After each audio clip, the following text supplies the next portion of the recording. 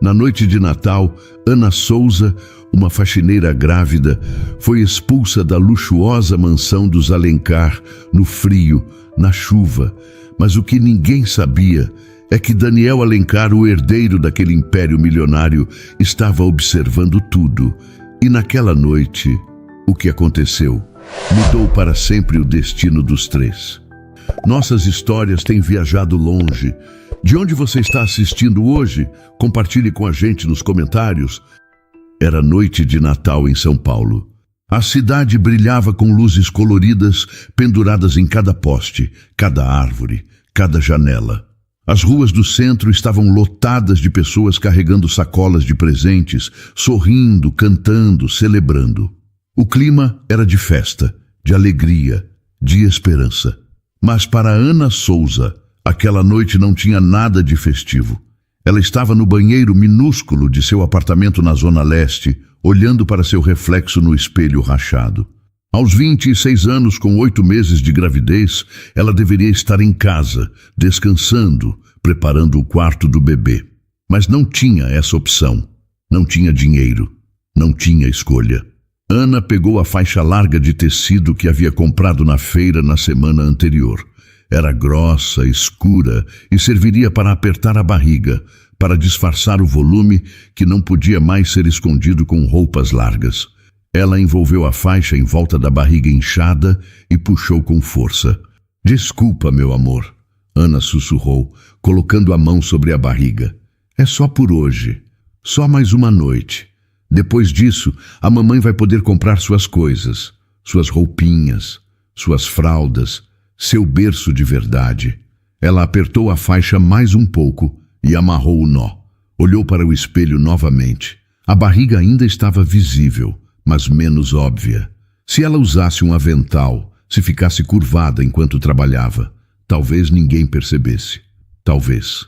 Ana vestiu o uniforme que a agência havia fornecido. Estava apertado demais na barriga, mesmo com a faixa. Ela puxou o avental branco para frente, criando uma camada extra de disfarce. Não era perfeito, mas teria que servir. Ela pegou a bolsa velha, verificou se tinha dinheiro para o ônibus de volta e saiu do apartamento. O calor de dezembro era sufocante. Mesmo às 7 da noite, a temperatura ainda estava perto dos 30 graus. O ar estava pesado, úmido, prometendo tempestade. Ana desceu as escadas do prédio devagar. Cada degrau era um esforço. Suas pernas estavam inchadas, seus pés doíam dentro dos sapatos pretos baratos. Mas ela não podia parar, não podia desistir. Aquela diária tripla de Natal era sua única chance de conseguir o dinheiro que precisava. O ônibus estava lotado. Ana ficou em pé durante todo o trajeto de 40 minutos até o Morumbi, segurando o corrimão com força enquanto o ônibus chacoalhava pelas ruas esburacadas. A cada solavanco, ela sentia o bebê se mexer, incomodado, reclamando. "Mais um pouco", ela sussurrava para a barriga. "Só mais um pouco." Quando finalmente desceu na rua dos Jacarandás, Ana parou por um momento para recuperar o fôlego. A ladeira até a mansão dos Alencar era íngreme. Ela começou a subir devagar, uma mão apoiada na lateral da barriga, a outra limpando o suor que escorria pela testa. Quando chegou ao portão da mansão, Ana parou para se recompor. Respirou fundo 3 vezes. Ajustou o avental. Verificou a faixa por baixo do uniforme. Forçou um sorriso no rosto. O segurança nem olhou direito para ela. Apenas apontou para os fundos. Funcionários entram pela cozinha. Ana contornou a enorme propriedade. A entrada dos fundos levava direto à cozinha. Ana abriu a porta e foi atingida por uma onda de calor ainda mais forte. O ambiente estava em completo caos. Pelo menos 15 funcionários corriam de um lado para o outro. Panelas ferviam no fogão. Bandejas de prata se empilhavam nas bancadas. O cheiro de comida cara preenchia o ar.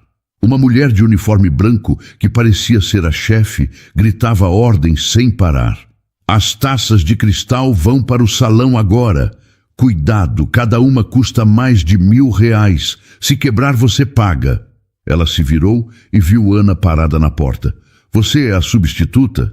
"Sim, senhora. Ana Souza." Não me importa seu nome. Vá e comece a trabalhar. A mulher disse: você vai servir os convidados no salão. Seja invisível, seja rápida. E pelo amor de Deus, não quebre nada. Ana amarrou o avental extra, criando mais uma camada de proteção sobre a barriga. Ela pegou a primeira bandeja que lhe entregaram. Era pesada, cheia de canapés decorados que pareciam pequenas obras de arte. Suas mãos tremiam enquanto ela caminhava em direção ao salão. Quando entrou no ambiente principal, Ana ficou impressionada por um momento. O salão era maior que seu apartamento inteiro. Um lustre de cristal enorme pendia do teto, iluminando tudo com uma luz dourada. O chão de mármore brilhava. As paredes tinham quadros que pareciam ter saído de museus. E as pessoas, todas vestidas com roupas caríssimas, joias que brilhavam, relógios que custavam mais que carros, conversas sobre viagens para a Europa, sobre investimentos, sobre negócios de milhões. Ana passou entre eles como um fantasma, oferecendo a bandeja, sendo ignorada, sendo invisível. Ninguém dizia obrigado. Ninguém olhava para seu rosto. Apenas pegavam os canapés e continuavam conversando como se ela não existisse, mas havia alguém que olhava. Do outro lado do salão, um homem jovem estava encostado em uma coluna. Ele tinha aproximadamente 28 anos, cabelos escuros, olhos sérios. Usava um terno cinza perfeitamente ajustado e, ao contrário de todos os outros, ele olhava para Ana. Ana desviou o olhar rapidamente e voltou para a cozinha. Não podia chamar atenção. Não podia dar motivos para perguntas. Ela pegou outra bandeja, desta vez de taças de champanhe, mais pesada que a anterior. Seus braços tremiam com o peso, mas ela segurou firme, de volta ao salão, de volta a ser invisível, de volta ao trabalho que pagaria o enxoval de seu filho. Mas então ela sentiu uma contração, leve, mas inconfundível. Ela parou no meio do salão, respirou fundo, esperou passar. Passou, mas deixou um aviso, um lembrete de que o tempo estava acabando, de que aquela noite seria mais difícil do que ela havia imaginado. Ela voltou ao salão pela 5ª vez naquela noite. Suas pernas doíam, seus pés estavam inchados dentro dos sapatos apertados. Mas ela continuava, servindo champanhe, recolhendo copos vazios, limpando migalhas de canapés do chão de mármore. Ana passou por um grupo de mulheres cobertas de joias. Elas falavam sobre suas empregadas domésticas, reclamando que queriam folga no Natal. Imagina só, ela teve a audácia de pedir para sair mais cedo na véspera, como se eu fosse conseguir preparar a ceia sozinha. Uma delas disse, tomando um gole de vinho: a minha é pior. Pediu adiantamento do 13º, como se eu fosse banco. Outra respondeu, e todas riram. Ana apertou os dentes e continuou andando. Ela não era invisível por acaso. Elas a faziam invisível. Escolhiam não ver. Escolhiam não reconhecer que ela era humana, que tinha sentimentos, que tinha uma vida além de servi-las. Outra contração veio, mais forte desta vez. Ana se apoiou discretamente em uma mesa lateral, esperando a dor passar. Ela mordeu o lábio com força para não gemer. Não podia demonstrar fraqueza. Não podia dar motivos para perguntas. A contração passou, mas deixou suas pernas ainda mais trêmulas. Do outro lado do salão, Daniel Alencar observava tudo. Ele estava ali há 2 horas, segurando a mesma taça de uísque que mal havia tocado. Odiava essas festas, odiava a falsidade, a superficialidade, o desperdício. Ele observou Ana especialmente. Viu como ela tremia cada vez que pegava uma bandeja pesada. Viu como ela respirava fundo de vez em quando, como se estivesse com dor. Viu como ela era completamente ignorada por todos no salão. Daniel, para de ficar aí parado como uma estátua e venha cumprimentar o Sr. Fernandes. A voz de Alberto cortou seus pensamentos. Daniel suspirou e caminhou até onde seu pai estava, cercado por homens de terno que cheiravam a charutos caros e arrogância. Meu filho, Alberto disse, colocando a mão no ombro de Daniel com força. Futuro sucessor de tudo isso. Um dia ele vai comandar o império. Os homens concordaram, fizeram comentários vazios sobre sucessão e legado. Daniel apenas sorriu educadamente, dizendo o mínimo possível. Enquanto isso, Ana voltava à cozinha para pegar mais uma bandeja. Suas mãos tremiam tanto que ela quase derrubou as taças antes mesmo de sair da cozinha. "Cuidado!" a chefe gritou. "Essas taças são caríssimas. Se quebrar, sai do seu pagamento." Ana segurou a bandeja com mais firmeza e voltou ao salão. Cada passo era um esforço. A faixa em volta da barriga estava tão apertada que dificultava a respiração, mas ela não podia afrouxar. Não podia arriscar. Ela passou por Daniel novamente. Desta vez, seus olhos se encontraram por um breve segundo. Desviou o olhar rapidamente e continuou seu trabalho. Mais uma hora se passou. Ana serviu champanhe, recolheu pratos sujos, limpou respingos de vinho no tapete caro. As contrações vinham a cada 15 minutos agora. Ela contava mentalmente, tentando controlar o pânico que começava a crescer. Só mais 3 horas. Ela sussurrava para si mesma. Só mais 3 horas e você pega o dinheiro e vai para casa. Mas o corpo não estava cooperando. Cada contração era mais forte, cada movimento era mais difícil. E o calor, mesmo com o ar-condicionado, estava ficando insuportável. Ana entrou na cozinha mais uma vez. Pegou um copo de água e bebeu tudo de uma vez. A água gelada desceu queimando pela garganta seca. "Você está bem?" Uma funcionária mais velha perguntou, olhando para o rosto pálido de Ana. "Estou só cansada." A mulher não pareceu convencida, mas não insistiu. Cada um ali tinha seus próprios problemas. Ana respirou fundo e voltou ao salão. Mas desta vez, algo estava diferente. Alberto Alencar estava no centro da sala e todos os funcionários haviam parado de se mover. O silêncio era tenso. "Onde está o garçom que estava servindo a mesa 3? Alberto perguntou, sua voz cortando o ar. Um garoto jovem, não devia ter mais de 18 anos, deu um passo à frente, tremendo. "Eu, senhor." Você deixou cair um guardanapo no chão." "Foi sem querer, senhor. Eu já peguei." "Sem querer não existe aqui." Alberto avançou em direção ao garoto. "Eu pago você para fazer um trabalho simples, e você não consegue nem fazer isso direito?" "Senhor, eu sinto muito. Não vai acontecer de novo." "Tem razão, não vai." Alberto apontou para a porta. "Você está demitido. Pegue suas coisas e saia." O garoto ficou pálido. "Mas, senhor, é Natal. Minha família está esperando o dinheiro para..." "Não me importa." Alberto deu as costas. "Saia da minha casa agora." Ana assistiu à cena, sentindo o estômago revirar. Não era só nojo, era medo. Medo de que a próxima pessoa a ser humilhada fosse ela. Daniel também assistiu, e pela primeira vez naquela noite, ele sentiu raiva verdadeira.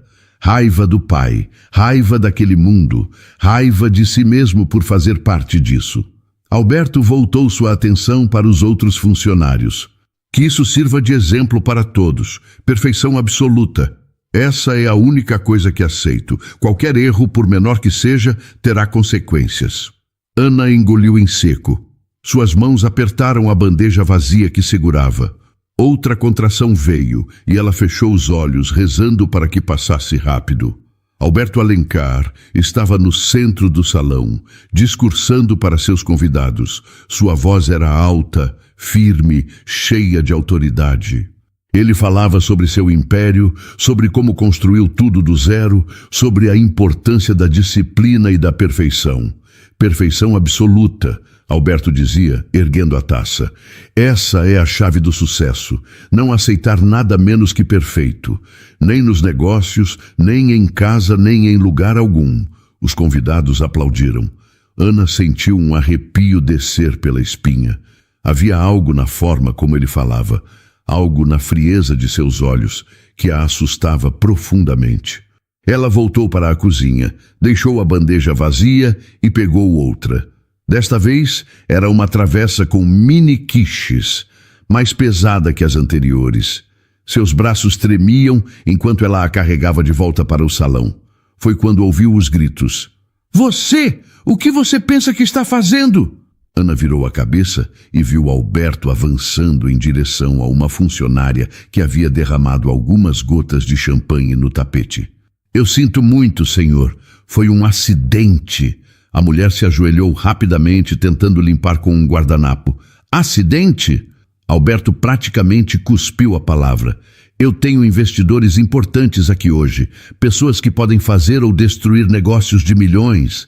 E você acha que pode simplesmente fazer uma bagunça na frente deles? Senhor, eu vou limpar agora mesmo. Você vai sair da minha casa agora mesmo. Alberto apontou para a porta. Está demitida. A mulher começou a chorar, mas Alberto já havia dado as costas. Ele voltou para o centro do salão como se nada tivesse acontecido, como se não tivesse acabado de destruir o Natal de alguém. Ana sentiu o coração acelerar. Se ele demitia pessoas por algumas gotas de champanhe, o que faria se descobrisse que ela estava grávida? O que faria se ela cometesse algum erro? Ela continuou seu trabalho. Ofereceu os mini-quiches para os convidados. Recolheu copos vazios. Limpou migalhas. Tudo no piloto automático, porque sua mente estava ocupada demais, tentando controlar o pânico. E então veio outra contração. Mais forte, muito mais forte. Ana parou no meio do salão. A dor era aguda, impossível de ignorar. Ela apertou a barriga com uma mão, tentando respirar, tentando esperar passar. Mas a tontura veio junto, súbita e muito forte. Ana sentiu a visão escurecer. O mundo ao redor dela começou a girar. As luzes do lustre se transformaram em borrões dourados. Ela tentou respirar fundo, tentou se concentrar, mas suas pernas fraquejaram. Ela estendeu a mão para se firmar em alguma coisa. Qualquer coisa. Seus dedos encontraram a borda da mesa, mas em vez de apoio, encontraram a bandeja de prata onde estava a torre de taças de cristal Baccarat. Tudo aconteceu tão rápido que Ana nem teve tempo de reagir. A bandeja escorregou. As taças tombaram. E então veio o som. O estrondo do cristal se estilhaçando contra o mármore silenciou o salão inteiro. Não havia mais música. Não havia mais conversas, não havia mais risos, apenas aquele som agudo, penetrante, que parecia não ter fim. Ana viu o vinho tinto se espalhar pelo tapete persa branco, vermelho sobre branco. A mancha crescia, se expandia, destruindo o tecido que provavelmente custava mais do que ela ganharia em toda a sua vida. Todos os olhos se voltaram para ela. Dezenas de rostos, todos olhando. Todos julgando, todos condenando. Ana caiu de joelhos. Suas mãos tremiam tanto que ela mal conseguia controlar os movimentos. Mas ela precisava consertar, precisava limpar, precisava fazer desaparecer o que havia feito. Eu sinto muito, eu sinto muito, eu sinto muito. As palavras saíam de sua boca como uma oração desesperada, enquanto ela começava a recolher os cacos de cristal com as mãos nuas. O primeiro corte foi superficial, apenas uma linha fina de sangue na palma da mão. Mas ela não parou. Continuou pegando os pedaços, um por um, tentando juntar o que não tinha mais conserto. O segundo corte foi mais fundo. A dor veio aguda, mas Ana mordeu o lábio e continuou. Suas lágrimas pingavam no chão. E então ela ouviu os passos. Passos pesados, lentos. Alberto Alencar atravessou o salão com passadas furiosas. Seu rosto estava vermelho, as veias do pescoço saltadas, os punhos cerrados. Ana não ousou levantar a cabeça. Continuou recolhendo os cacos, agora com as duas mãos sangrando. O cristal cortava sua pele repetidamente, mas a dor física era nada comparada ao terror que ela sentia. Levante-se. A voz de Alberto não era alta. Era baixa, controlada e por isso mesmo muito mais assustadora. Ana tentou, mas suas pernas não obedeciam. Outra contração veio, mais forte que as anteriores. Ela se curvou, apertando a barriga por instinto. Eu disse para levantar. Dessa vez ele gritou. Ana se forçou a ficar de pé. Suas pernas tremiam tanto que ela achou que fosse desabar. Eu sinto muito, Senhor.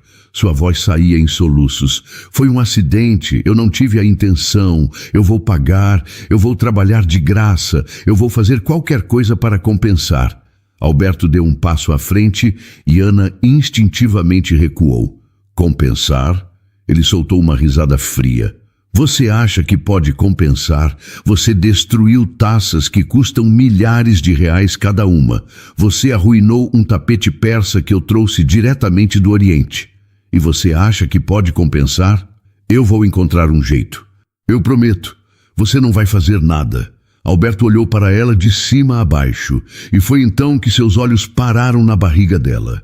A faixa havia se soltado durante a queda. Não havia mais como esconder. Você está grávida. Ana colocou as mãos sobre a barriga, como se pudesse esconder o óbvio. Estou, Senhor, mas isso não interfere no meu trabalho. Eu posso... Você mentiu. Alberto avançou e Ana recuou. Você escondeu sua gravidez para conseguir esse emprego. Você me enganou. Entrou na minha casa de forma desonesta. Eu não menti, Senhor. Eu só não disse porque sabia que ninguém te contrataria. Alberto terminou a frase por ela. Você sabia que estava fazendo algo errado e mesmo assim fez. E agora olhe o resultado. Ele apontou para os cacos de cristal, para o tapete manchado, para a bagunça que tomava o salão. Ana chorava tanto que mal conseguia respirar. Por favor, eu preciso desse dinheiro. Meu bebê precisa. Eu não tenho mais ninguém. Não tenho nada. E eu deveria me importar? Alberto cruzou os braços.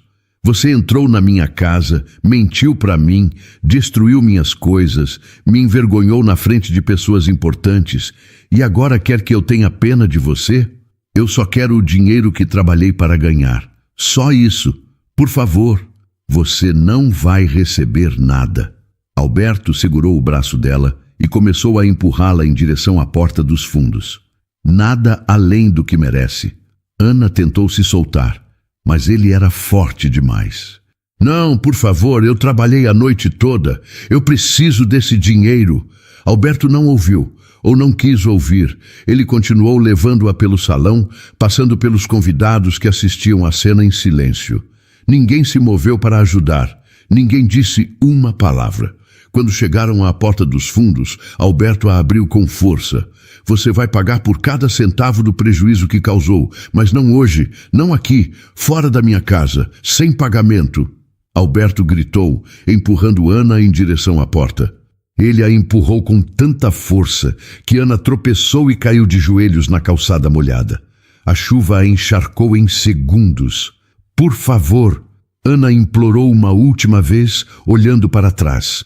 Alberto olhou para ela com desprezo absoluto. Deveria ter pensado nisso antes de mentir e entrar na minha casa. E então ele bateu a porta. Ana ficou ali, de joelhos na calçada, sob a chuva torrencial. Suas mãos machucadas, sua barriga doía. Seu coração estava despedaçado em 1000 pedaços, assim como as taças de cristal que ela havia derrubado. Ela abraçou a barriga e começou a chorar. Não lágrimas silenciosas, eram soluços profundos que sacudiam todo o seu corpo. E então ela sentiu uma contração diferente, mais forte, mais urgente, e junto com ela, algo quente escorrendo por suas pernas. A bolsa havia estourado. Ela olhou para baixo, viu o líquido se misturando com a água da chuva, e o pânico tomou conta dela. Não podia ser, não ali, não daquele jeito, mas era real. Tão real quanto a dor que rasgava seu corpo, tão real quanto o frio que congelava sua pele. Ela tentou se levantar, mas suas pernas não respondiam. Tentou gritar por ajuda, mas sua voz se perdeu no barulho da tempestade. A chuva caía com tanta força que parecia querer afundá-la no concreto. Ela estava completamente sozinha. Dentro do salão, Daniel tinha observado tudo. Havia visto a queda das taças. Havia visto a humilhação de Ana. Havia visto seu pai expulsá-la sob a chuva. E a cada segundo, algo dentro dele se quebrava.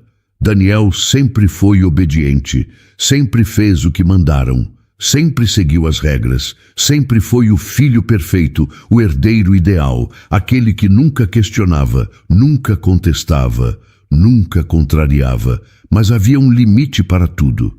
E Alberto tinha acabado de ultrapassá-lo. Você não pode fazer isso! Daniel gritou, se aproximando do pai. É Natal, está chovendo, ela está grávida. Alberto se virou, os olhos ainda queimando de raiva. Eu posso fazer o que eu quiser na minha própria casa. Não quando significa deixar uma mulher grávida na rua no meio de uma tempestade. Daniel apontou para a porta. Você viu o estado dela? Ela está machucada, ela precisa de ajuda. Ela precisa aprender uma lição. Alberto cruzou os braços. Ações têm consequências. Ela mentiu. Ela pagou o preço. O preço? Daniel sentiu a raiva explodir em seu peito. Que preço é esse? Ela pode ter complicações. O bebê pode nascer ali na rua. E você acha que está ensinando uma lição? Alberto deu de ombros. Não é problema meu. Como não é problema seu? Você a expulsou. Você causou isso. Eu causei? Alberto soltou uma risada. Ela causou isso sozinha quando decidiu mentir e entrar aqui. Quando decidiu destruir minhas coisas. Isso não tem nada a ver comigo. Daniel olhou para o pai como se estivesse vendo um estranho. Como se pela primeira vez em 28 anos ele realmente enxergasse quem Alberto Alencar era. E o que viu o enojou. Você é um homem sem coração. Eu sou um homem de negócios. Alberto se aproximou do filho. E você também deveria ser se quisesse ter sucesso nesta vida. Mas você é fraco, sempre foi, cheio de sentimentos inúteis. Sentimentos não são inúteis. Daniel apertou os punhos. Eles nos tornam humanos. Algo que você esqueceu como ser há muito tempo. Cuidado com o tom, garoto. Alberto falou. Não sou garoto. Tenho 28 anos. Daniel deu um passo à frente. E estou cansado de fingir que está tudo bem. Estou cansado de aceitar a forma como você trata as pessoas. Estou cansado de você. O salão ficou em silêncio novamente. Todos os convidados pararam de conversar. Todos olhavam para pai e filho, esperando para ver o que aconteceria a seguir. Alberto riu. Mas não era uma risada de diversão. Era uma risada fria, calculista, cruel. Está bem, se você se importa tanto com ela, vá lá fora e a ajude. Ele fez um gesto em direção à porta. Mas saiba que se você sair por essa porta agora, você não volta. Não volta para esta casa, não volta para a empresa, não volta para esta família. Pai, eu estou falando sério, Daniel. Alberto cruzou os braços. Se você escolher essa mulher em vez de mim, você está fora. Fora do testamento. Fora da empresa. Fora da minha vida. Eu vou te deserdar. Você vai sair daqui sem nada, sem dinheiro, sem nome, sem futuro. Daniel olhou para a porta.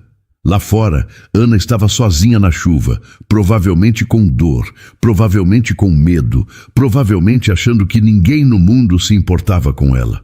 Ele olhou para o pai, o homem que o criou, o homem que lhe deu tudo, o homem que também tirou tudo o que realmente importava.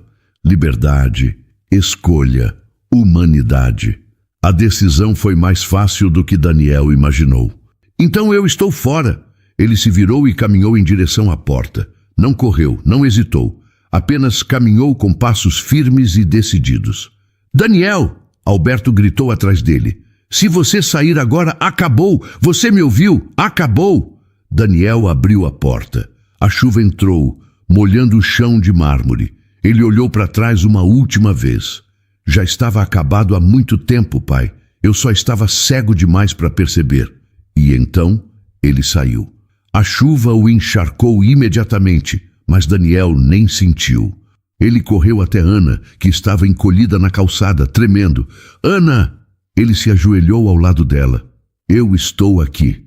Você não está sozinha. Ana olhou para ele, os olhos vermelhos de tanto chorar. Atrás deles, dentro da mansão, Alberto observava pela janela. Seu rosto estava vermelho de raiva e seus olhos Seus olhos queimavam com uma mistura de fúria e algo mais. Algo que ele nunca admitiria.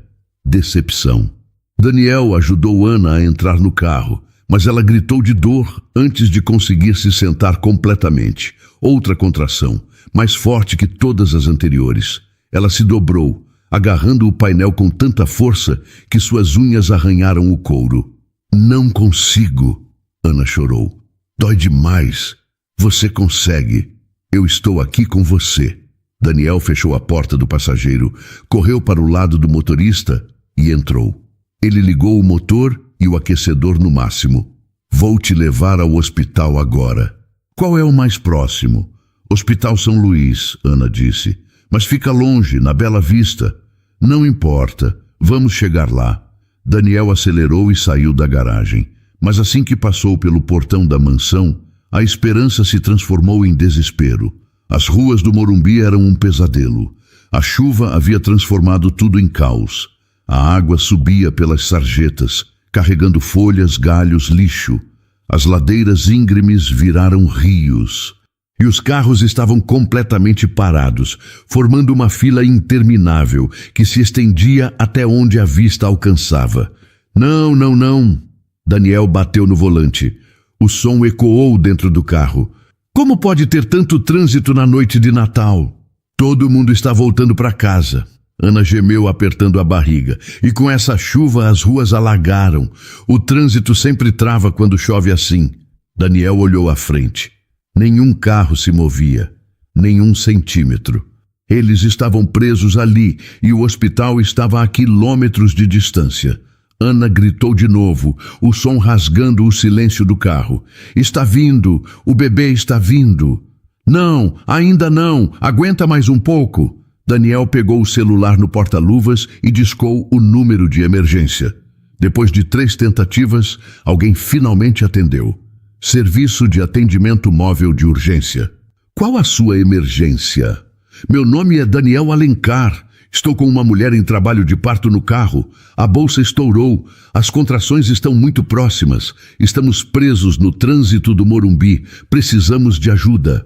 Qual a sua localização exata, senhor? Daniel olhou ao redor desesperadamente. Rua dos Jacarandás, próximo ao número 500. Mas não dá para saber exatamente. Estamos no meio de uma fila enorme de carros.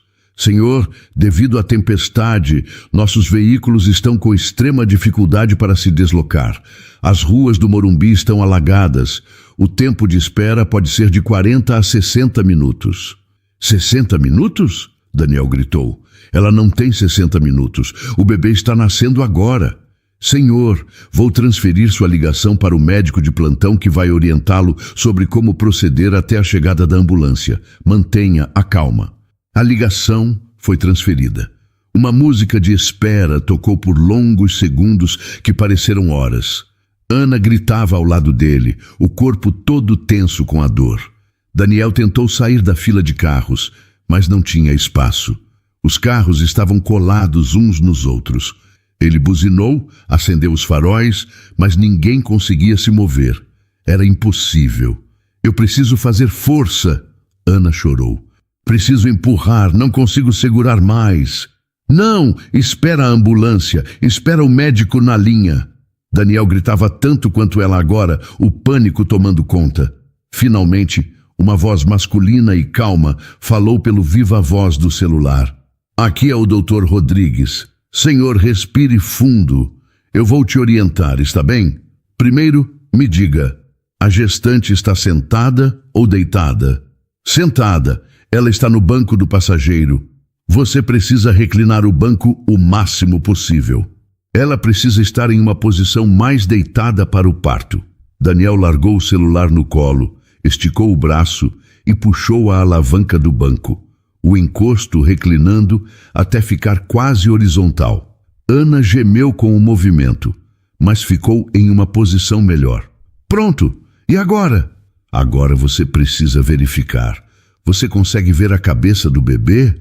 Daniel olhou para Ana, depois para o médico no viva-voz, depois de volta para Ana. Eu preciso olhar? Sim, senhor. É importante saber em que estágio do trabalho de parto ela está. Ana, eu preciso ver. Me desculpa.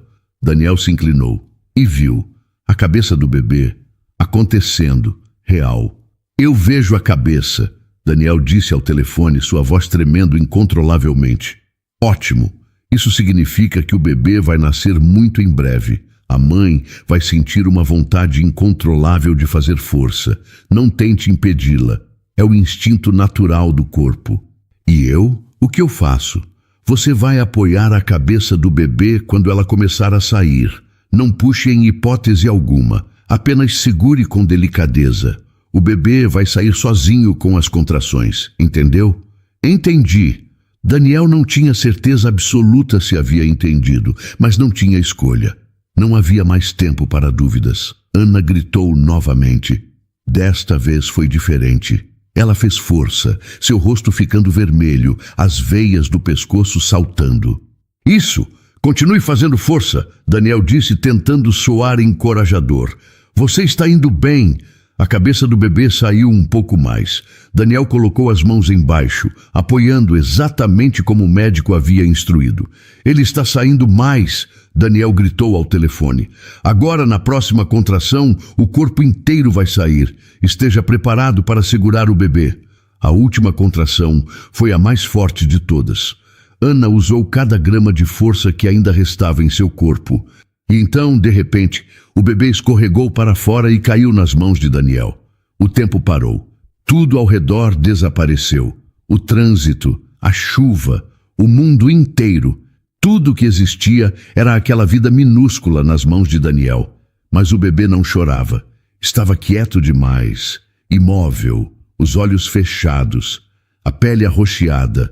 Ele não está chorando, Daniel gritou, o pânico explodindo em sua voz. Por que ele não está chorando? Senhor, mantenha a calma. A voz do médico cortou o pânico. Vire o bebê de barriga para baixo e dê tapinhas firmes, mas não violentos nas costas. Isso vai estimular a respiração. Daniel virou o bebê com mãos tremendo e deu tapinhas nas costas. 1 vez, 2 vezes, 3 vezes. Nada. O bebê continuava imóvel, azulado, silencioso. Não está funcionando. Daniel gritava agora, lágrimas começando a embaçar sua visão. Ele não está reagindo. Continue, mais forte, não tenha medo de machucá-lo. Neste momento, estimular a respiração é mais importante. Daniel bateu mais forte, 4 vezes, 5 vezes, 6 vezes. E então, finalmente, o bebê tossiu. Foi um som pequeno, quase imperceptível, mas foi seguido por outro, e outro. E então veio o choro, alto, agudo, perfeito. O som mais lindo que Daniel já havia ouvido em toda a sua vida. Ele está chorando. Daniel soluçou, virando o bebê de volta. Ele está vivo. Ele está respirando. Excelente. Agora você precisa mantê-lo aquecido. O contato pele com pele é essencial. Tire sua camisa ou casaco e enrole o bebê contra seu peito. Daniel olhou para seu terno molhado. Não era ideal, mas era tudo o que tinha. Com uma mão segurando o bebê, ele lutou para tirar o paletó. Conseguiu arrancá-lo e envolveu o pequeno corpo nele. O tecido italiano, que custava R$3.500, agora servia como o primeiro cobertor de um recém-nascido. Daniel segurou o bebê contra seu peito. Podia sentir o coraçãozinho batendo. Rápido, mas constante. Forte. Vivo. Ana, Daniel chamou, olhando para ela. Ela estava reclinada no banco, o rosto pálido, os olhos semi-fechados de exaustão.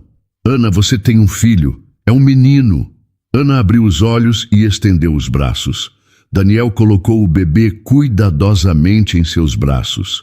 Ela olhou para o filho e começou a chorar. Não eram lágrimas de dor dessa vez. Eram lágrimas de amor, de alívio, de gratidão pura. Ele é perfeito. Ana sussurrou, tocando o rostinho do bebê com os dedos trêmulos. Ele é tão perfeito. A ambulância ainda está vindo? Daniel perguntou ao telefone. Sim, senhor. Deve chegar em aproximadamente 15 a 20 minutos. Vocês fizeram um trabalho extraordinário. Salvaram a vida desse bebê. Daniel desligou e se recostou no banco do motorista. Suas mãos ainda tremiam. Seu coração batia tão rápido que ele podia ouvi-lo nos ouvidos. Ele olhou para o interior do seu carro, antes imaculado, agora uma bagunça de manchas e sujeira. E então olhou para Ana e o bebê. E nada mais importava. Como você vai chamá-lo? Daniel perguntou baixinho.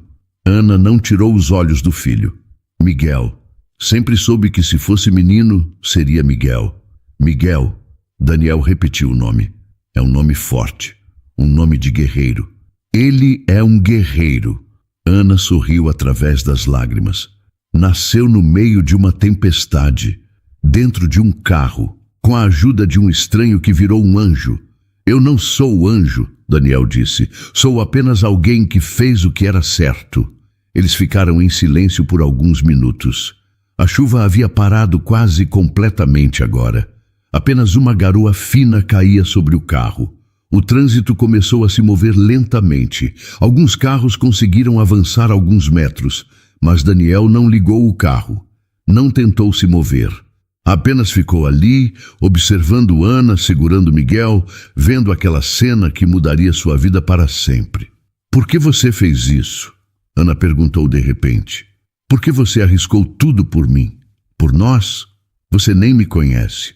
Daniel demorou para responder. Ele olhou para o volante, para as ruas lá fora, para a mansão dos Alencar, que ainda podia ser vista no topo da colina, iluminada como um castelo. Porque passei 28 anos fazendo o que meu pai queria, ele disse finalmente. Sendo quem ele queria que eu fosse, vivendo a vida que ele escolheu para mim, e em nenhum desses 28 anos eu me senti tão vivo quanto me senti nos últimos 40 minutos. Você perdeu tudo. Não, Daniel balançou a cabeça. Eu não perdi nada. Eu ganhei algo. Ganhei a liberdade. Ganhei a chance de ser quem eu realmente sou. Ana o olhou com lágrimas nos olhos. Mas seu dinheiro, sua herança, sua casa, nada disso era realmente meu. Tudo era dele. Tudo tinha condições. Eu poderia ter aquilo enquanto fosse obediente, enquanto não questionasse, enquanto não fosse humano. Daniel sorriu. Um sorriso cansado, mas verdadeiro. Agora eu sou livre e não sei o que vai acontecer. Não sei onde vou morar ou como vou ganhar dinheiro. Mas pela primeira vez na vida, essas escolhas são minhas. Miguel começou a chorar baixinho. Ana o embalou, murmurando palavras suaves. O bebê se acalmou quase imediatamente. Ele gosta da sua voz, Daniel observou. Ele me ouviu por 8 meses. É a única voz que ele conhece. Ana beijou a testa do filho. Menos a sua. Você foi a primeira pessoa a segurar ele. A primeira voz além da minha que ele ouviu. Daniel sentiu algo apertar em seu peito. Foi uma honra. As luzes de sirene começaram a aparecer ao longe. A ambulância estava chegando, fazendo seu caminho entre os carros parados. Eles vão cuidar de você agora, Daniel disse. Vão levar vocês ao hospital. Vão examinar o Miguel. Tudo vai ficar bem. Você vai vir conosco? Ana perguntou e havia medo em sua voz. Medo de ser deixada sozinha de novo. Daniel olhou para ela, para aquela mulher que ele conhecia há apenas algumas horas, mas que já significava tanto. Para aquele bebê que nasceu em suas mãos. Eu vou com vocês, ele disse. Não vou deixar vocês sozinhos, nunca mais. A ambulância parou atrás deles. Paramédicos saíram correndo, carregando equipamentos e uma maca. Daniel desceu do carro e acenou para eles. Aqui! Ela está aqui! Os paramédicos correram até o carro. Um deles olhou para dentro e viu Ana segurando o bebê recém-nascido. Meu Deus! Vocês fizeram o parto aqui? Dentro do carro? Não tivemos escolha, Daniel disse. O trânsito estava parado. Não dava tempo de chegar ao hospital. O paramédico se aproximou de Ana com delicadeza e começou a examiná-la. O outro examinou Miguel, checando sua respiração, seus batimentos cardíacos, sua temperatura. A mãe está fraca, mas estável, o primeiro anunciou. O bebê está perfeito. O segundo acrescentou com um sorriso no rosto. Considerando que nasceu dentro de um carro, é um milagre. Vocês fizeram um trabalho impressionante. Eles ajudaram Ana a sair do carro e a colocaram na maca. Ela segurou Miguel contra o peito o tempo todo, recusando-se a soltá-lo mesmo por um segundo. Senhor, o senhor é o pai? Um dos paramédicos perguntou a Daniel. Daniel olhou para Ana. Ela olhou de volta. E sem palavras, sem perguntas, ela concordou levemente com a cabeça. Sim, Daniel disse. Sim, eu sou a família deles. E ali, naquela rua do Morumbi, no meio do trânsito, sob a garoa fina que ainda caía, Daniel percebeu que aquilo era verdade. Ele era a família deles agora. A viagem até o hospital foi rápida. As ruas estavam começando a esvaziar e a ambulância tinha prioridade. As sirenes abriam caminho entre os carros e Daniel ficou dentro da ambulância, sentado ao lado da maca onde Ana descansava. Os paramédicos monitoraram mãe e filho durante todo o trajeto. Verificaram a pressão de Ana, colocaram soro, limparam o bebê delicadamente. Miguel chorava de vez em quando, mas sempre se acalmava quando ouvia a voz de Ana ou sentia o toque de Daniel. Nunca vou esquecer o que você fez, Ana disse baixinho, olhando para Daniel. Você salvou a minha vida. Salvou a vida do meu filho. Qualquer pessoa teria feito o mesmo. Não, Ana balançou a cabeça. A maioria das pessoas teria ficado dentro da mansão, protegida, confortável, e teria esquecido de mim em 5 minutos. Mas você não. Você sacrificou tudo. Daniel não soube o que responder. Ele apenas segurou a mão dela e ficou em silêncio até chegarem ao hospital. Quando as portas da ambulância se abriram, uma equipe médica já estava esperando. Levaram Ana imediatamente para uma sala de emergência e um pediatra assumiu os cuidados com Miguel. Daniel ficou do lado de fora, caminhando de um lado para o outro no corredor, esperando. 20 minutos se passaram. Depois 30, depois 40. Cada minuto parecia uma eternidade. Finalmente, uma enfermeira saiu. A mãe está bem. Ela precisou de alguns pontos, perdeu um pouco de sangue, mas nada que comprometa sua saúde. Ela está descansando agora. A enfermeira sorriu. E o bebê está perfeito. Todos os sinais vitais estão excelentes. Considerando as circunstâncias do nascimento, foi realmente um milagre. Daniel sentiu seus ombros relaxarem. Ele não havia percebido o quanto estava tenso até aquele momento. Posso vê-los? Claro. Sala 12. Mas seja breve, ela precisa descansar. Daniel caminhou pelo corredor até encontrar a sala. Bateu levemente na porta antes de entrar. Ana estava deitada em uma cama hospitalar. Limpa agora, com roupas hospitalares brancas. Coberta com lençóis frescos. Ela parecia tão diferente da mulher que ele havia visto chorando na calçada há apenas algumas horas. Miguel estava em um berço transparente ao lado da cama, dormindo profundamente. Oi, Ana disse com um sorriso cansado quando viu Daniel entrar. Disseram que você ficou o tempo todo lá fora esperando. Eu disse que não ia deixar vocês sozinhos. Daniel se aproximou e olhou para Miguel dormindo. Como você está se sentindo? Dolorida, exausta, mas mais feliz do que já fui na vida. Ana olhou para o filho. Ainda não acredito que ele está aqui, que tudo isso realmente aconteceu. Eu também não. Daniel puxou uma cadeira e se sentou ao lado da cama. Foi a noite mais intensa da minha vida. Eles ficaram em silêncio por alguns instantes, apenas observando Miguel dormir. O bebê se mexeu, fez uma careta engraçada, depois voltou a dormir tranquilamente. Daniel, Ana disse, quebrando o silêncio. O que você vai fazer agora? Como assim? Seu pai te deserdou. Você não tem mais acesso ao dinheiro da família, não tem mais casa. Ela parou, os olhos cheios de preocupação. E foi tudo por minha causa. Não foi por sua causa. Foi escolha minha. E não me arrependo nem um pouco. Daniel respirou fundo. Mas você tem razão. Eu preciso pensar no futuro. Provavelmente vou procurar um emprego, algum lugar para morar, começar do zero. Você tem experiência profissional? Tenho. Trabalhei na empresa do meu pai por 6 anos. administração, finanças, gestão de projetos. Alguém vai me contratar. Ele tentou sorrir. Pelo menos eu espero. Ana ficou olhando para ele por um longo momento. Você sabe que mudou completamente a minha vida essa noite, não sabe? Você também mudou a minha. Não. Ana balançou a cabeça. Não da mesma forma. Eu estava no fundo do poço, sem esperança, prestes a ter um bebê sozinha na rua. E você apareceu. Você me salvou de uma forma que eu nunca vou conseguir retribuir. Você não precisa retribuir nada. Preciso sim. Ana estendeu a mão e segurou a dele. Eu não tenho dinheiro, não tenho nada de valor para te dar, mas tenho um lugar pequeno, um apartamento na Zona Leste. Não é muito, mas tem um sofá onde você pode dormir até se organizar. Daniel piscou, surpreso. Ana, você não precisa... Eu quero. Por favor, deixa eu fazer isso por você. Você me deu a vida, me deu esperança. Deixa eu pelo menos te dar um teto enquanto você encontra seu caminho. Daniel olhou para ela, para aquela mulher forte que havia passado pelo inferno e ainda assim estava oferecendo ajuda. E ele percebeu que aceitar não era fraqueza.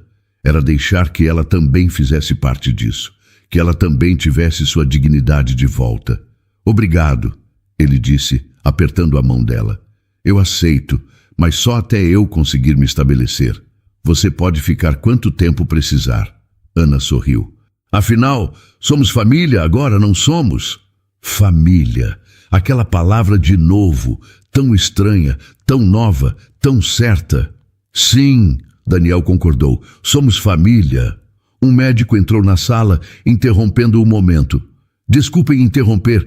Vim informar que mãe e bebê podem ter alta amanhã pela manhã, se tudo continuar estável durante a noite.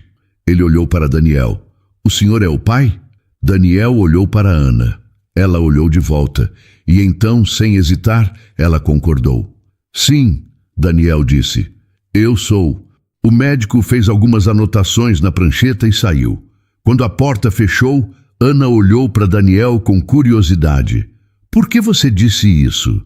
Porque eu quero ser. As palavras saíram de Daniel antes que ele pudesse pensar muito. Não biologicamente, mas quero estar presente na vida do Miguel. Quero fazer parte disso. Daniel, eu sei que parece loucura. Eu sei que nos conhecemos há algumas horas. Mas essa noite me mostrou algo importante. Ele se inclinou para a frente. Família não é sobre sangue. É sobre quem fica quando tudo desmorona. Quem te segura quando você está caindo. Quem não te abandona. Ana começou a chorar novamente. Você está falando sério? Completamente. Daniel pegou a mão dela com as duas mãos. Meu pai quebrou um contrato com você essa noite. Te devia pagamento, respeito, dignidade e te deu nada. Mas eu quero fazer um novo contrato, um vitalício. Vocês nunca mais vão passar necessidade, nunca mais vão estar sozinhos. Eu prometo. As lágrimas escorriam livremente pelo rosto de Ana agora. Ela não conseguia falar, apenas apertou a mão dele e concordou. E ali, naquele quarto de hospital, sob luzes fluorescentes e o som constante de máquinas, algo novo e bonito nasceu. Não apenas um bebê, mas uma família verdadeira. Daniel passou a noite no hospital. Dormiu na cadeira ao lado da cama de Ana, acordando toda vez que Miguel chorava ou que uma enfermeira entrava para verificar os sinais vitais. Não era confortável, mas ele não se importava. Ele havia feito uma promessa e promessas significavam algo para ele. Quando o sol começou a nascer, Daniel estava acordado, observando a cidade pela janela. São Paulo estava diferente, mais calma, mais bonita, mais cheia de esperança. Ana acordou logo depois. Ela abriu os olhos lentamente e viu Daniel parado na janela. Você ficou aqui a noite toda? Sua voz estava rouca de sono. Eu disse que não ia deixar vocês sozinhos. Daniel se virou e sorriu. Como você está se sentindo? Dolorida, mas bem. Ana olhou para Miguel, que dormia tranquilamente no berço. Ele dormiu a noite toda, nem chorou muito. Ele é um bebê forte, como a mãe dele. Ana sorriu. Uma enfermeira entrou com os papéis de alta.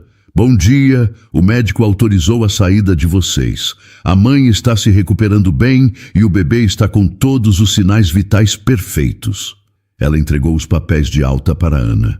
Meia hora depois, eles estavam prontos para ir embora. Ana tinha roupas limpas que o hospital havia fornecido e Miguel estava envolto em um cobertor de bebê azul claro.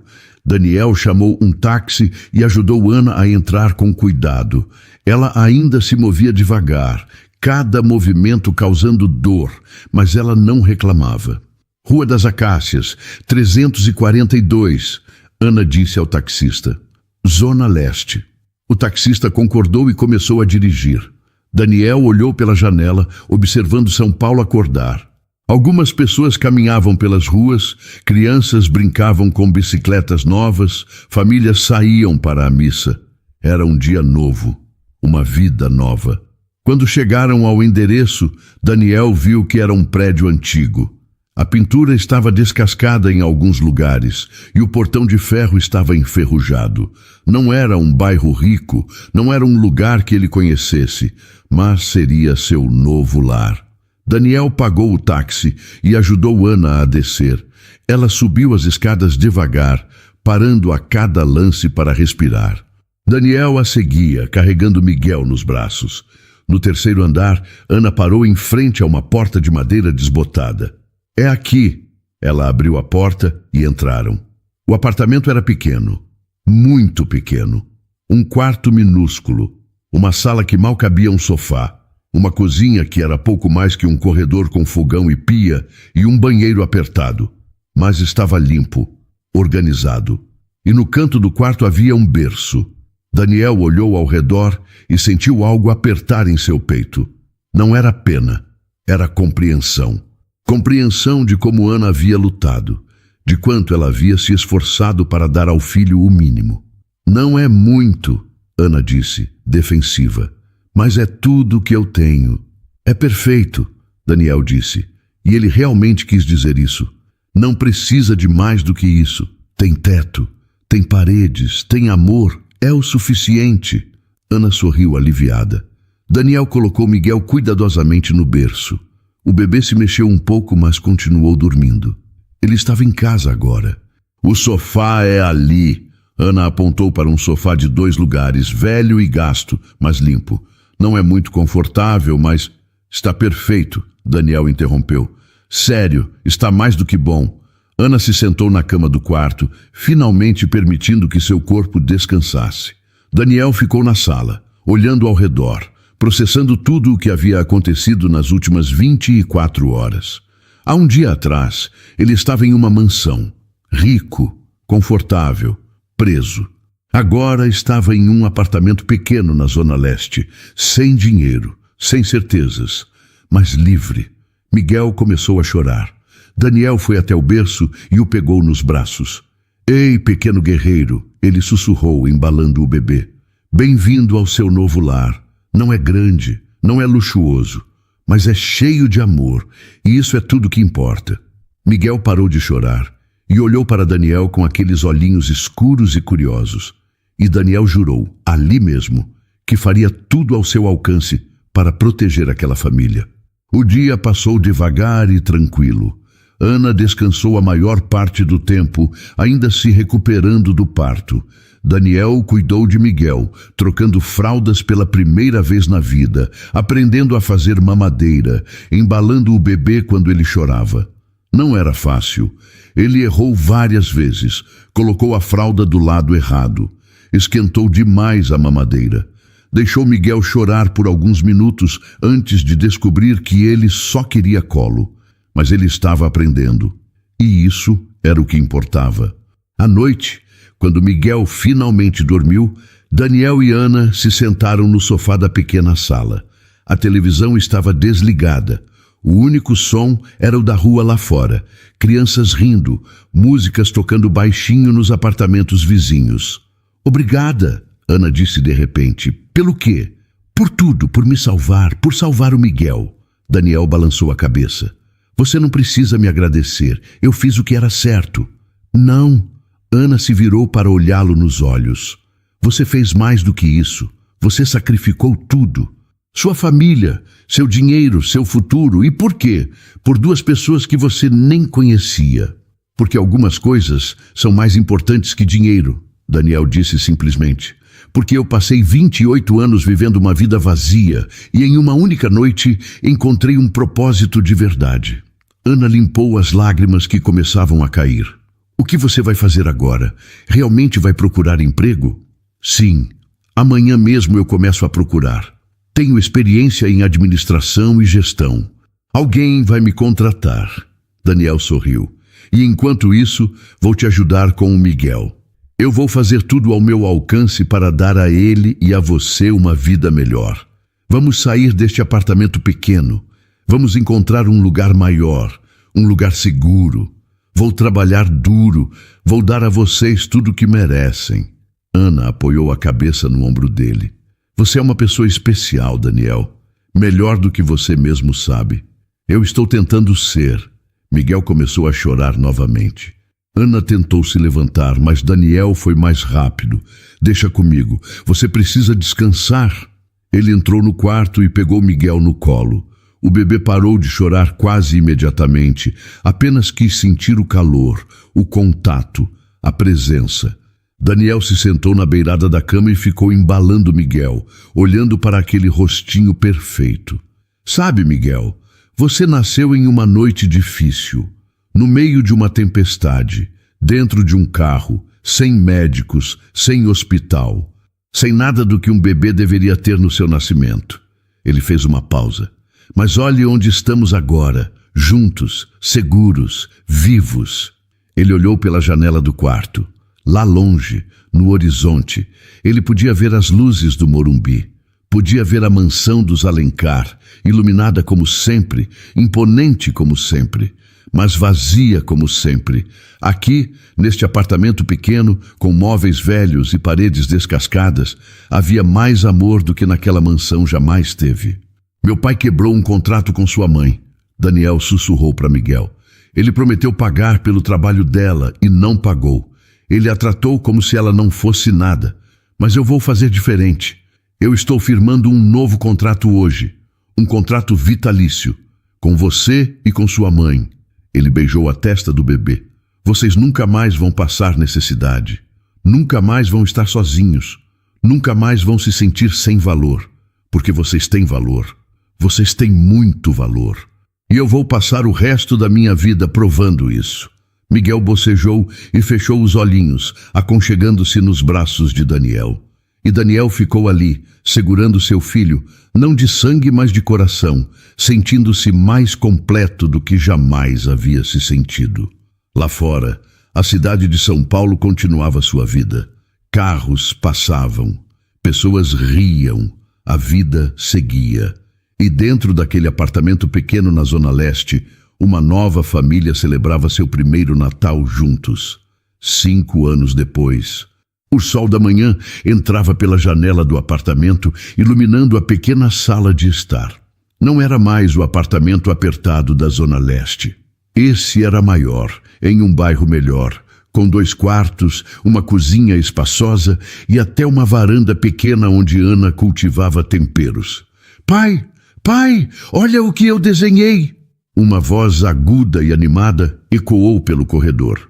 Daniel se virou e viu Miguel correndo em sua direção, segurando um papel colorido.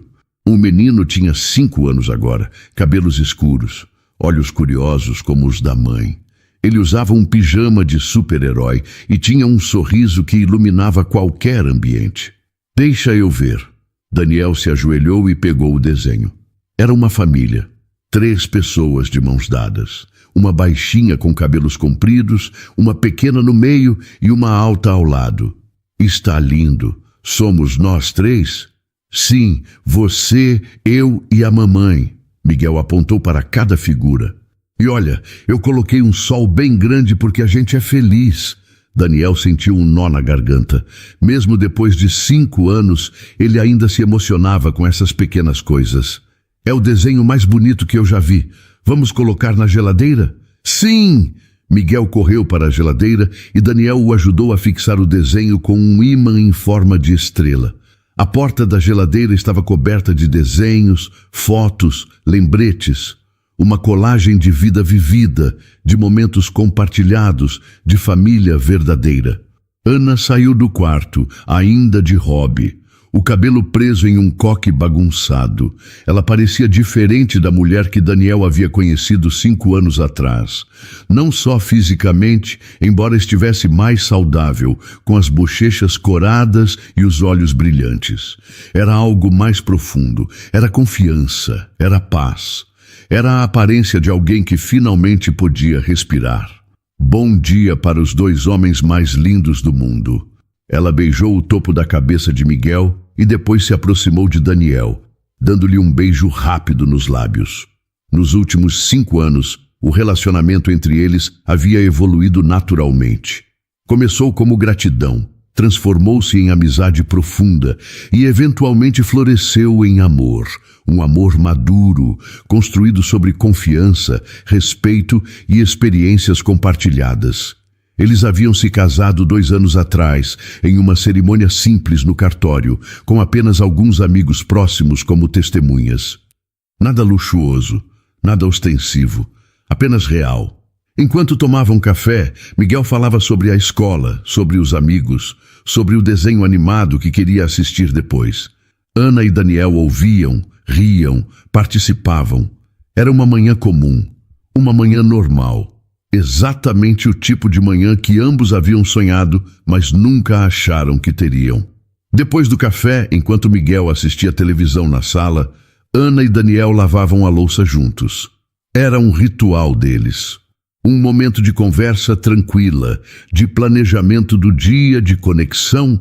Sabe que dia é hoje? Ana perguntou, enxaguando um prato. 25 de dezembro. Daniel sorriu. Como eu poderia esquecer?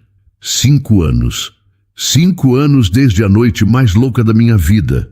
Ana riu. Da nossa vida. Daniel colocou o último copo no escorredor e se virou para ela. Você se arrepende de alguma coisa? Nem um segundo. Ana segurou o rosto dele com as mãos ainda molhadas. E você se arrepende de ter perdido tudo? Eu não perdi tudo. Eu ganhei tudo. Daniel a puxou para um abraço. Tenho você, tenho o Miguel, tenho um trabalho que me dá propósito, tenho uma vida que é minha de verdade. Como eu poderia me arrepender? Nos últimos 5 anos, Daniel havia construído uma carreira sólida. Começou como gerente em uma empresa média de logística, subiu para diretor e agora estava prestes a abrir sua própria consultoria. Não era bilionário como seu pai, mas ganhava bem o suficiente para sustentar a família confortavelmente. Ana também havia voltado a estudar. Fazia um curso técnico de enfermagem online e trabalhava meio período em uma clínica do bairro. Ela tinha sonhos agora, objetivos, futuro. Mamãe, pai, podemos ir ao parque hoje? Miguel gritou da sala. Podemos! Ana gritou de volta, mas só depois de você arrumar os brinquedos do quarto. Está bem. Daniel olhou pela janela. Era um dia lindo de Natal. Céu azul, sol brilhante, temperatura agradável, tão diferente daquela noite de tempestade 5 anos atrás. Você acha que seu pai sabe sobre o Miguel? Ana perguntou baixinho. Era uma pergunta que ela fazia de vez em quando.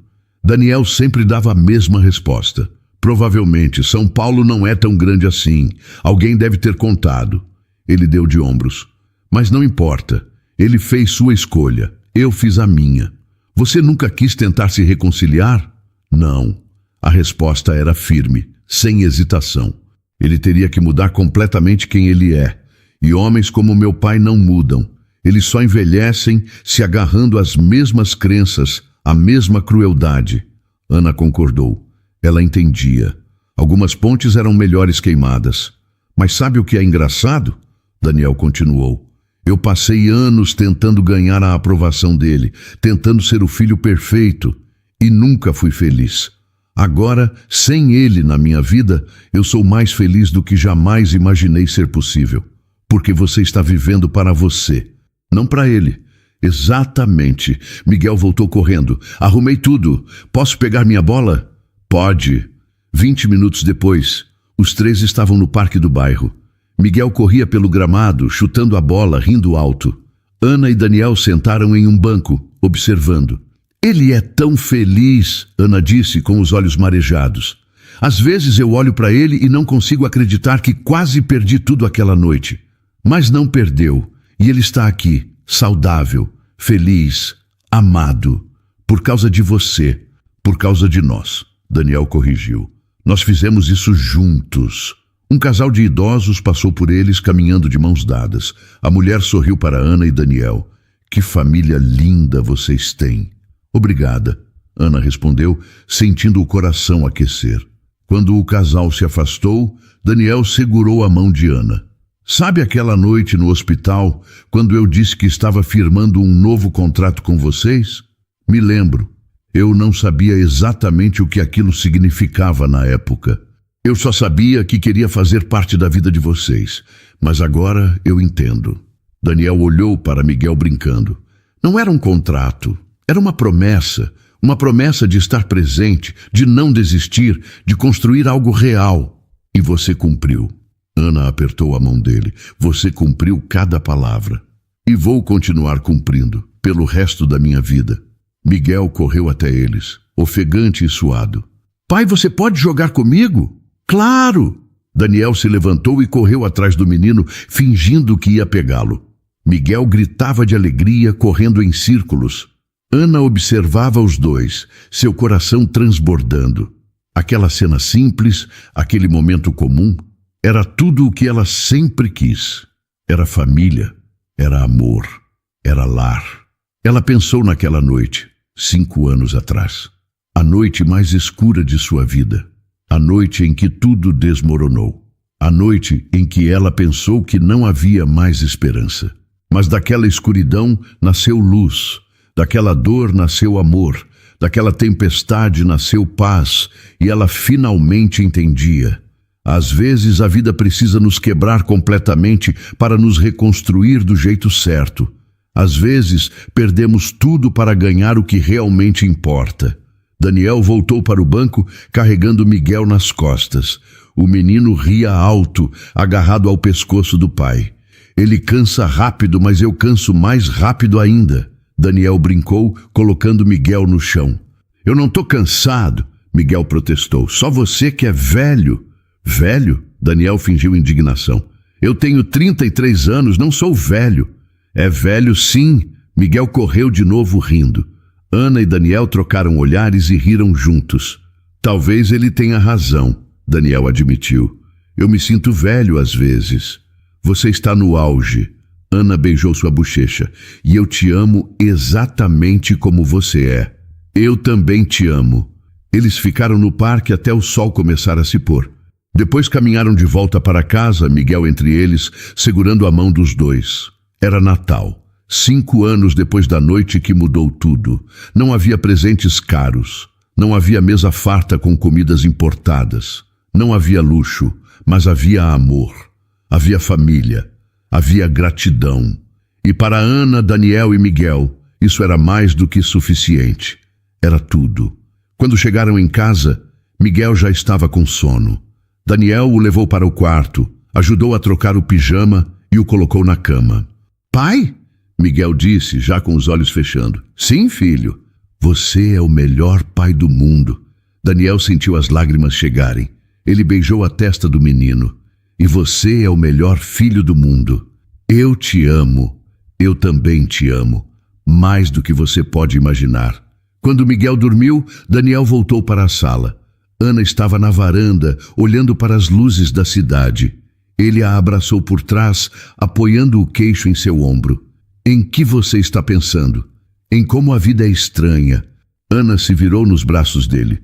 5 anos atrás, eu estava no fundo do poço, sem esperança, sem futuro. E hoje eu tenho tudo o que sempre sonhei. Você merece. Nós merecemos. Ana corrigiu. Os 3. Daniel concordou. Os 3. Eles ficaram ali, abraçados, observando a cidade acender suas luzes de Natal. Lá longe, no Morumbi, havia uma mansão no topo de uma colina. Provavelmente ainda luxuosa, provavelmente ainda vazia. Mas aqui, neste apartamento simples, havia algo que dinheiro não podia comprar. Havia amor verdadeiro, havia família escolhida, havia vida vivida com propósito.